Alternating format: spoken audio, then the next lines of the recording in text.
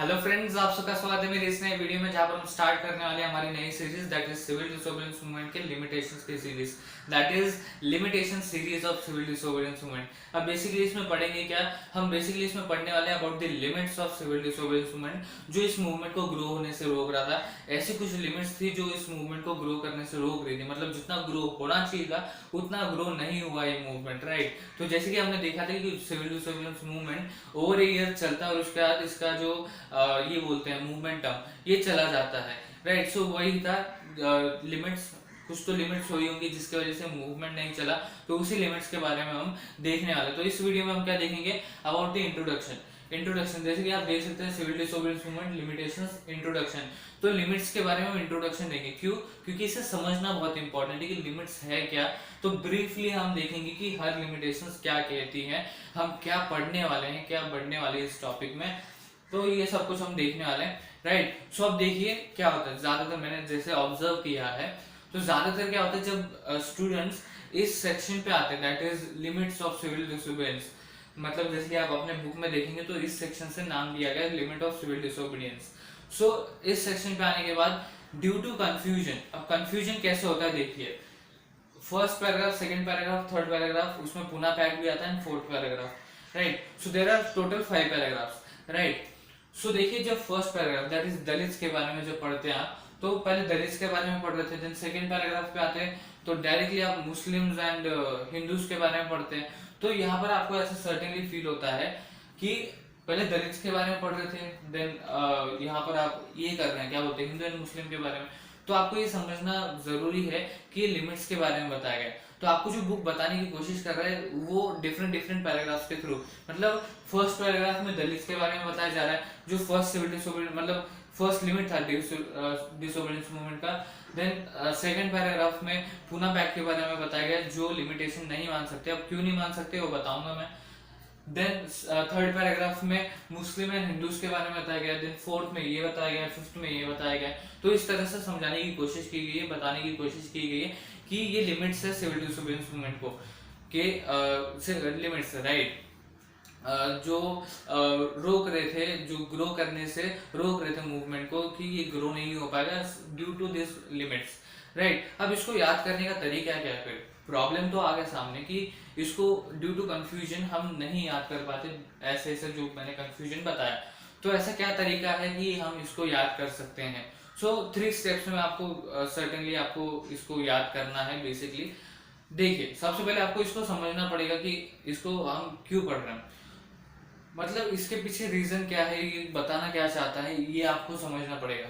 तो लिमिटेशंस जब आते हैं, लिमिट ऑफ सिविल डिसोबीडियंस जब आता है, तो आपको ये समझना इंपॉर्टेंट है कि इसके अंदर हम बेसिकली लिमिट्स के बारे में पढ़ने वाले हैं। ये लिमिट्स क्या है, ये ऐसी लिमिट्स है जो मूवमेंट को ग्रो होने से रोक रही थी, राइट। सो इसी के बारे में हम पढ़ने वाले हैं, मतलब इस तरह से आपको समझ लेना है कि इस बारे में हम पढ़ने वाले हैं about the limits of civil disobedience, that is जो मूवमेंट था उसको ग्रो करने से कौन सी लिमिट्स थी, ऐसे कौन से फैक्टर्स थे जो रोक रहे थे। जैसे कि दलित्स हो गए, महात्मा गांधी जी का क्या कहना था कि जब तक हम दलित्स को अच्छी तरह से ट्रीट नहीं करते, दलित्स को अपने मूवमेंट में नहीं लाते, दलित्स को हमारे पार्ट नहीं बनाते, जैसे कि हम डिफरेंट क्लासेस को बना रहे हैं, industrial working class, business class, उसी तरह से उनको भी इंपॉर्टेंस नहीं देते, तब तक जो इंडिपेंडेंस है वो 100 साल के लिए, दैट इज 100 साल के लिए, अगले 100 साल तक हमें इंडिपेंडेंस नहीं मिल सकता। तो इस तरह से कुछ सर्टेन बातें हैं जो हम देखेंगे वीडियो के दौरान।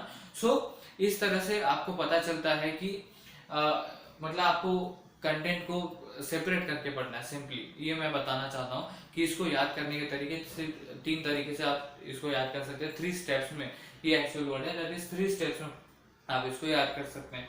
तो देखिए, सबसे पहले आपको क्या करना है, जिसकी मैंने बोला समझना है आपको पहले, राइट। सो एक बार समझ लिया आपने, राइट, कि इसमें बेसिकली हम पूरा क्या पढ़ने वाले हैं, किस तरह से पढ़ने वाले हैं।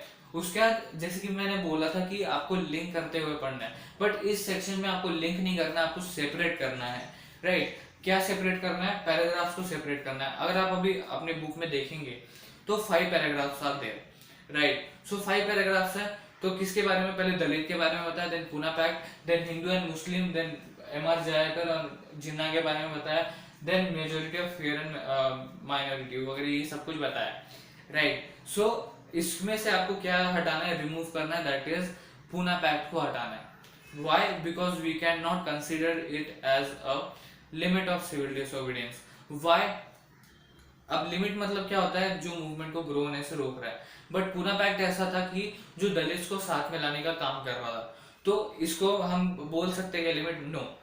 अब ये क्या था, सिंपली एक पैक्ट था, एक इवेंट बताया जा रहा है आपको कि ये पूना पैक्ट ऐसा पैक्ट था जो बी आर अम्बेडकर और महात्मा गांधी जी के बीच में हुआ था, जिसमें आपको ये इवेंट बताया जाता है कि महात्मा गांधी जी और अम्बेडकर के बीच में, अम्बेडकर जी जो है इनके बीच में ये हुआ था, क्या बोलते हैं, क्लैश हुआ था in second round table conference या फर्स्ट राउंड टेबल कॉन्फ्रेंस, मतलब वहां पर बताया गया कि राउंड टेबल कॉन्फ्रेंस में ये हुआ था, क्या बोलते हैं, क्लैश हुआ था। एंड उस क्लैश के बाद कुछ डिमांड किया अम्बेडकर जी ने, जो हम पूना पैक्ट के वीडियो में देखने वाले हैं।